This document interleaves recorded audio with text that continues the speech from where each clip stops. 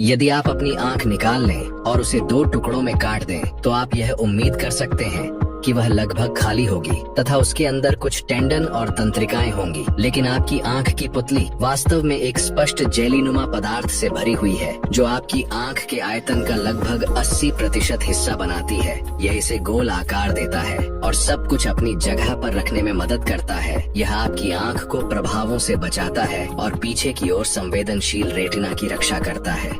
अगर किसी इंसान को ब्रेन ट्यूमर हो जाता है तो डॉक्टर से बाहर कैसे निकलते हैं, चलिए 3D एनिमेशन की जरिए समझते हैं। देखिए, सबसे पहले हमारा स्कैन करके दिमाग के किस कोने में ट्यूमर है उसका पता लगाया जाता है, जिसके बाद उसे पेशेंट को अन्यथा देकर बेहोश कर देते हैं। फिर सबसे पहले ब्रेन ट्यूमर जहां पर है उसे जगह पर कट लगाकर स्क्रीन को साइड कर दिया जाता है। फिर इंसान की खोपड़ी में ड्रिल हॉलर से एक एक करके 3 होल की जाते हैं और फिर इसको भी कटर से काट कर अलग कर दिया जाता है। और फिर आई है इंसान के दिमाग की मसाला लिया, जिसके ऊपर भी कट लगाकर इसे साइड कर दिया जाता है, जिसके बाद दिखने लगता है ब्रेन ट्यूमर। इस ब्रेन ट्यूमर को निकालने के लिए एक स्पेशल वैक्यूम ट्यूब होती है, जो सबसे पहले ट्यूमर के बीच वाले भाग को अपने अंदर शक करती है। फिर डॉक्टर पूरे ट्यूमर को बाहर निकाल लेते हैं और इंसान का दिमाग एकदम ठीक हो जाता है।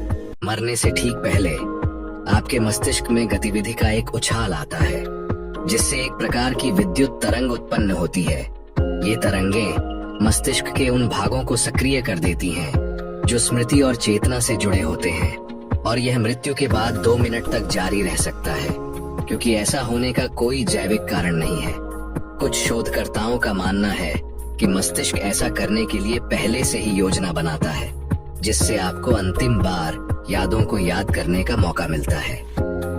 जब आप अपनी गर्दन को मोड़ते हैं तो यह आपके जोड़ों को हिलाने के लिए मजबूर करता है, जिससे कभी कभी तरल पदार्थ में छोटे हवा के बुलबुले फट जाते हैं, जिससे पॉपिंग ध्वनि उत्पन्न होती है। लेकिन यदि आप अपनी गर्दन को बहुत बल से मोड़ते हैं तो आप रक्त वाहिका की परत को फाड़ सकते हैं। दुर्लभ मामलों में यह फटने से रक्त का थक्का बन सकता है, जो आपके मस्तिष्क तक जा सकता है। वहां पहुंचने पर थक्का रक्त प्रवाह को अवरुद्ध कर सकता है और स्ट्रोक का कारण बन सकता है।